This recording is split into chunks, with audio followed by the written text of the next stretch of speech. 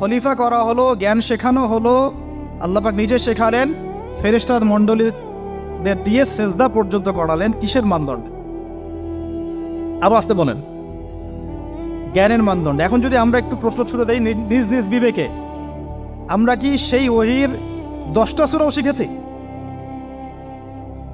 10টা পারা কি পড়া হয়েছে কখনো? 10টা সূরারও কি অর্থ জানি? অনেকে তো 10টা আয়াতের অর্থ জানি না। আমরা কি সেই ওহীর 10টা হাদিস শিখেছি? তাহলে আমরা কোথায় সম্মান খুঁজতেছি? পশ্চিমাদের কাছে? বলেন। সত্যি সবচেয়ে আফসোস লাগে আমার একটা জিনিস, যে মুসলিমরা আমরা এখন আমাদের আত্মপরিচয় ভুলে যাচ্ছি, আর আল্লাহ পাক আমাদেরকে যেখানে সম্মান রেখেছেন ওইখানে সম্মান না খুঁজে আমরা অন্যের দাসত্বের সম্মান খুঁজতেছি। আল্লাহ আমাদেরকে বোঝার তৌফিক দান করে। এটা অজ্ঞতার কারণে হচ্ছে। আমাদের কাজ তাদেরকে সচেতন করা বা তাদেরকে মেসেজ পৌঁছে দেয়া। আমরা উগ্র পন্থা অবলম্বন করি, আমরা হিকমার সাথে প্রজ্ঞার সাথে মানুষকে বোঝানোর চেষ্টা করি, এগুলো বোঝানোর অংশ।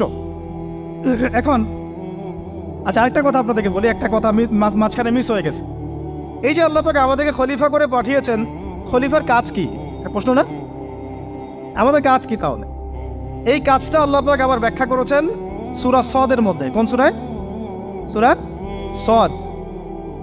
সদ নামে একটা সূরা আছে, সূরা ইয়াসিনের আগে পড়ে পাবেন। তো এখানে আল্লাহ পাক আরো একজন নবীকে তার খলিফা বলেছেন। সেই নবীর নাম দাউদ আলাইহিস সালাম। কি নাম?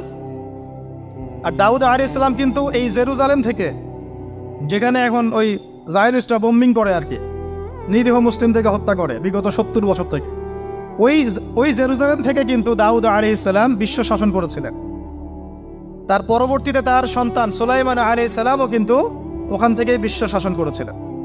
আর এখনকার বনু ইসরাইল দাবিদার এই জায়নিস্টরা, তারাও কিন্তু ওই ফিকিরই করছে, ওখান থেকে তারা বিশ্ব শাসন করতে চায় এবং তারা মনে করে তাদের একজন মাসিহ আসবে, সেই মাসিহ আসলে তারা বিশ্ব শাসন করবে। আমরা সেই মাসিহের নাম জানি মাসিহুদ দাজ্জাল। কি নাম? এই দাজ্জালকে ওরা ওদের সত্য মাসিহ মনে করে, আমরা জানি হচ্ছে মিথ্যা ভণ্ড প্রতারক মাসিহ, অথচ ওরা মনে করে এটা হচ্ছে সত্য মাসিহ। এই জায়গায় তারা ধোঁকা খাচ্ছে। অথচ সত্য মাসিহ হচ্ছেন ঈসা আলাইহিস সালাম, যিনি আবার শেষ জামানায় আসবেন এবং তার হাতেই এই মাসিহুদ দাজ্জাল মারা যাবে, এবং তারপরে পুরো বিশ্বে আবার ওই খিলাফা কায়েম হবে। ওই যে খলিফা, ওটা সারা বিশ্বে কায়েম হবে। এই টাউন হলও বাদ যাবে না ইনশাআল্লাহ। এটা মানুষ মানতে চাচ্ছে না, কিন্তু মানুষ না মানলে কি? আল্লাহ পাকের নকশায় সব আঁকা আছে কখন কি হবে। কে কে কল্পনা করেছিল যে আজকে